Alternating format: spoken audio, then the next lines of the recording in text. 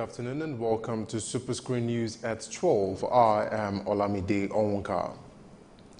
The Senate President Bukola Saraki and House of Representatives Speaker Yakubu Dogara has extensive consultations with Nigeria before the alteration of some sections of the 1999 Constitution and made it mandatory for President Muhammadu Buhari to endorse the amendment. Saraki and Dogara disclosed this while receiving the report of the voting pattern by state houses of assembly on the Constitution amendment. Saraki said when this was made promise at the beginning of the 8th Senate session, they were not sure. He also said there are other areas like the devolution of powers, which they have set up a joint committee from the Senate and the House of Representatives to work on areas of differences. He added that in the next few days, they will get back to work. Dogara said the President Buhari may have no choice but to assent the Constitution amendments because that's exactly what Nigerians want. The federal government has issued a warning to the board chairman and members of the parastatals under the Office of the Secretary to the Government of the Federation, the OSGF, not to interfere with the day-to-day running of the agencies. The Secretary to the Government of the Federation, Boss Mustafa, gave the warning in Abuja at the inauguration of the chairman and board members of 8 parastatals under his supervision. Mustafa reiterated President Muhammadu Buhari's administration's zero tolerance for corruption, insisting that this stance must not be compromised in any way. Governing boards are creations of statute, and their main responsibility is to give policy direction to the management of institutions. I therefore wish to emphasize that government expects no less from these boards. Your agencies are critical to the achievement of the developmental goals of government, being implementing entities. The Jamaatul Nasr al-Islam, under the leadership of the Sultan of Sokoto, Saad Abubakar III, has condemned the federal government and security agencies for the handling of the abduction of the 110 Dapchi girls. The group said the abduction of the girls is the most potent action to frustrate the girl-child education in the country. Secretary General of the JNI, Abubakar Khalid Aliyu, said in Kaduna that a competent government would have sanctioned those implicated in the Dapchi girls' travails. You will recall that the 2 schoolgirls were abducted and attacked on February 19, 2018, while 110 pupils are still missing. The House of Representatives has urged the federal government to deploy every available security force in the search and rescue mission of the kidnapped Dapchi schoolgirls. They said this at a plenary session on Tuesday in which a resolution was reached on how best to go about the rescue mission of the girls. More details in this report. The House of Representatives has urged the federal government to mobilize all security apparatus, including the Army, Air Force, DSS, and other agencies to rescue the missing Dapchi students. This is sequel to a motion moved by Honorable Goni Lawan from Yobe State and adopted by the House. Goni expressed concerns that despite various pronouncements by the federal government that Boko Haram has been decimated, the terrorist group has continued their actions. We have information right now. Those girls are within the Yobe State. They have never pushed them to anywhere in Niger or Borno because we have a very big forest between Yobe and Borno. According to individual information that we are getting, we don't have to now those girls are there inside. And the military are aware. It's just like the visa now. It's just a matter for them to go to that place and rescue the children. Reacting on the motion, lawmakers decried the continuous killings by the group without any proactive measures in place to forestall further occurrences.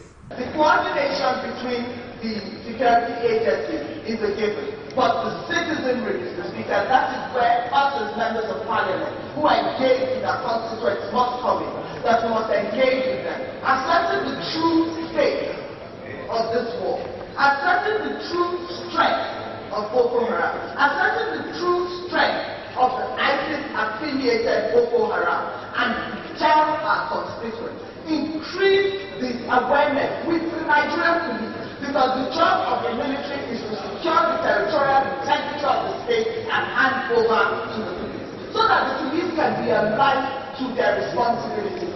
We civilians to complement the government effort. At least when we were taking these children in about 4 vehicles along this dashing roads, there must be some people who must have seen them. Why have they not called the police station that is just about half a kilometer to the place? In fact, we all have responsibilities to do. We should not blame government alone, but government should also do. So we should provide under the Ministry of Education, provide for these security guards, and also the equipment that can be used, that is not dependent on the network or no network. A lot has been said, really, and we're just descriptive of the present situation from all the debates I've had. But the truth is, we should address the core of the matter. What have we done right now to ensure that if these terrorists were to make an attempt this night to kidnap another set of girls from our schools in the northeast, that attempt will be thwarted? What do we do going forward to ensure that this national shame does not happen again? The House, however, set up an ad hoc committee to visit Dapchi in Yobe State and report their findings back to the House. The Nigerian Army is yet to identify soldiers involved in the killing of a 30-year-old phone seeker, Kehinde Adeleke, in Agbowo, Ibadan, Oyo State. Kehinde was allegedly shot dead with the gun of a soldier attached to the Oyo State Joint Security Outfit Operation Burst. The officer in charge of Operation Burst headquarters in Ibadan, Captain Alkali Alkaleri, told journalists that the information had no news on the soldiers involved in the killings. The National Drugs Law Enforcement Agency, NDLEA, has arrested 2 suspects in possession of hard drugs valued at 50 million naira at Malam Aminu International Airport in Kano State. NDLEA Commandant Ambrose Umoru said the suspect, a man and a woman, were arrested on February 17th by the operatives of the command during a routine inward screening of passengers on board Ethiopian Airline Flight ET941 with the substances suspected to be narcotic drugs. Umoru said one of the suspects, Nwike Emmanuel, a native of Ire in Idemili South local government area of Anambra State, was caught with 2.180 kilograms of ingested heroin. He also said the quantity is the single largest drug ingestion recorded in the country in recent times. As part of plans to empower women in Rivers State, the governor, Nyesom Wike, says a special law scheme has been set up to ensure women are properly catered for in the state.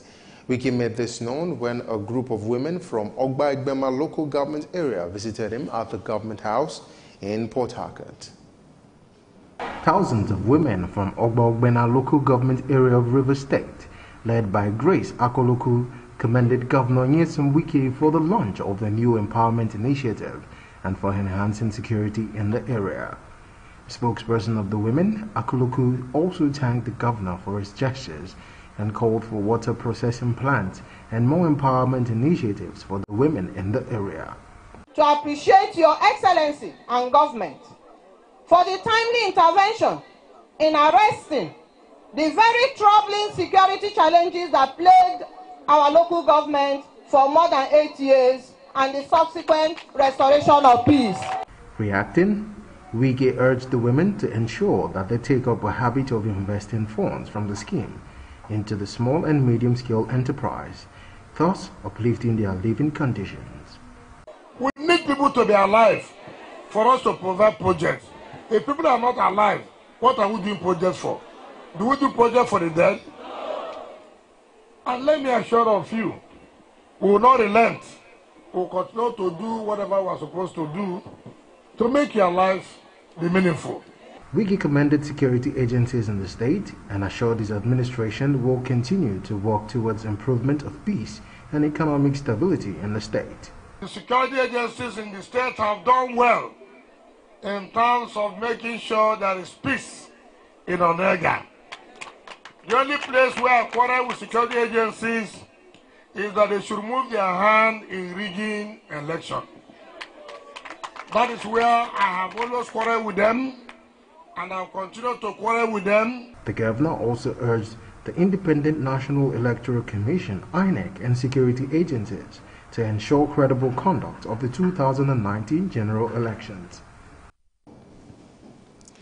No fewer than 144 Nigerians, which included 4 pregnant women, were repatriated from Libya with the assistance of the International Organization for Migration and European Union, EU. The returnees arrived at the cargo wing of the Murtala Muhammed Airport, Lagos at 10:30 p.m. The returnees comprised 54 adult females, 4 of whom were pregnant, 7 female children, as well as 79 adult males and 4 female children. The Southwest Zonal Coordinator of the National Emergency Management Agency, Suleimani Akubu, received the returnees on behalf of the federal government. Independent National Electoral Commission, INEC, says its allegation of double registration against the Kogi State Governor, Yahya Bello, has not been swept under the carpet. INEC President Electoral Commissioner in Kogi State, James Apam, who disclosed this to journalists in Lokoja, said the government cannot be prosecuted because he enjoys immunity as a sitting governor. You will recall that INEC had on February 26th issued a temporary voter card to the governor after applying for the transfer of his permanent card from Abuja to Okene. INEC last year declared the second registration done by Bello on May 23rd at the local government house, Lokoja, as part and contrary to the Contradictory Act. Now, about 280 contract and adjunct lecturers at the Rivers State University of Science and Technology, Port Harcourt, has appealed to the state governor, Nyesom Wike, to pay their outstanding salaries for the 2015 and 16 session and the 2016 and 17 academic sessions. The lecturers who disclosed this to journalists said government owes some of them as much as 23 months' salaries in arrears. Speaking with journalists at the University Complex in Rivers State, coordinator of the contract lecturers, Professor Sonny Amadi, thanked the state governor Nyesom Wike for the payment of 3.5 months arrears in 2017, but appealed that they look into the remaining outstandings. What we are doing here today is to draw the attention of the governor to the painful plight of the above categories of staff of Rivers State University who are currently burdened with outstanding arrears of salaries in 2015, 2016, and 2016, 2017, ranging between 8 and 23 months. This disclosure is coming on the heels of series of earlier appeals to the authorities to address the unfortunate situation and bring the travail of the affected staff to an end. It is on record that sometime in 2017, about 3.5 months of the arrears were duly paid by the government to relieve the prolonged dilemma. One of the lecturers, Felix Bariko, who also spoke in the same vein, explained that the appeal is coming on the heels of series of earlier appeals made to the authorities to address the situation and put an end to their suffering. This problem actually started in February of 2016, when everybody's salary was stopped in the state for biometrics. At the end of that biometrics in August, these categories of staff, contra, adjunct, sabbatical, professors and the academic and the technical staff were not captured in that biometrics. And that was when the agitation started, as if we are about to be left out, because we believe that he has not been properly briefed. Professor Amadi pointed out that the engagement of the contract lecturers helps to alleviate problems of the shortage of qualified personnel at the university, expressing hopes that the non-payment crisis will end soon. Those are watching SuperScreen News at 12. We'll take a break now. When we come back, we'll take some news from the business scene. Stay with us.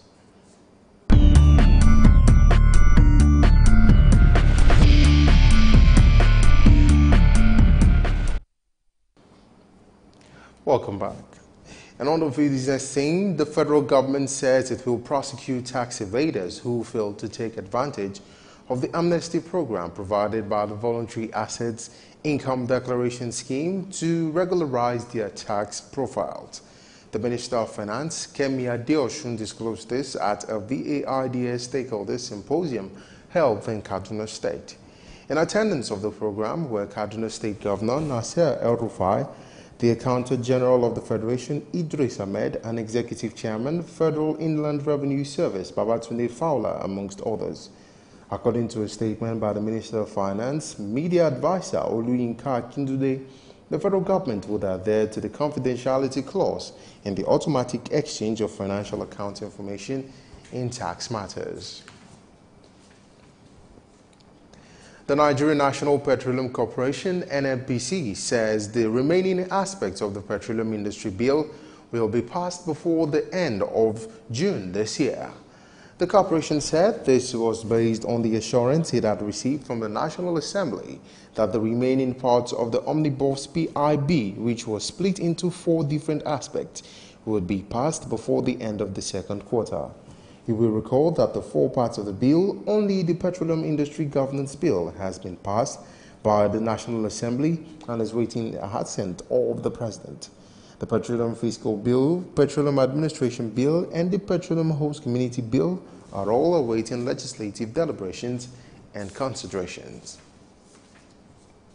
Still on the business scene, the National Bureau of Statistics, NBS, has released the Capital Importation Report for the 2017 fiscal year, with the economy attracting a total investment inflow of $12.2 billion. The $12.2 billion investment inflow, when compared with the $5.38 billion in 2016, represents an increase of $6.82 billion or 56%. NBS said the report put the investment inflow into the country as at the end of fourth quarter of 2017 at $5.32 billion compared to $4.14 billion in the third quarter. The NBS also said during the fourth quarter of 2017, Abuja and Lagos accounted for over 97% of the destination of investment inflow into the country. And now in the stock market, the Nigerian stock market has recorded a decline of 175 billion naira on the first day of the new month after 31 stocks plummeted. At the close of trading, the Nigerian Stock Exchange market capitalization slumped to 15.374 trillion naira from 15.549 trillion naira. The NSE All-Share Index fell by 1.1% to settle at 42,843.38 basis points, while the year-to-date date return contracted to 12%. Profit-taking in Dangote Cement PLC, Nigerian Brews PLC, and Guarantee Trust Bank PLC contributed largely to the market fall as the stock prices declined respectively by 1.8%, 3.6%, and 2%. In the same vein, activity level declined as volume and add value traded fell by 35% and 54.9% to 371.246 million units and 4.9 billion naira respectively. You're still watching SuperScreen News at 12. We'll take a break now. When we return, we'll take some foreign stories and some sports stories. Do stay with us.